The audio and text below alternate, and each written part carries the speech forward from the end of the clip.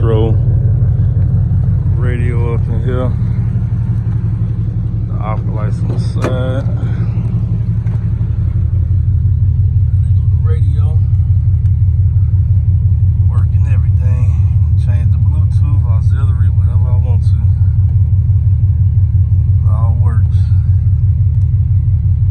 Originally had a I think a JVC, old school JVC radio up here, so it's called clean as hell, man.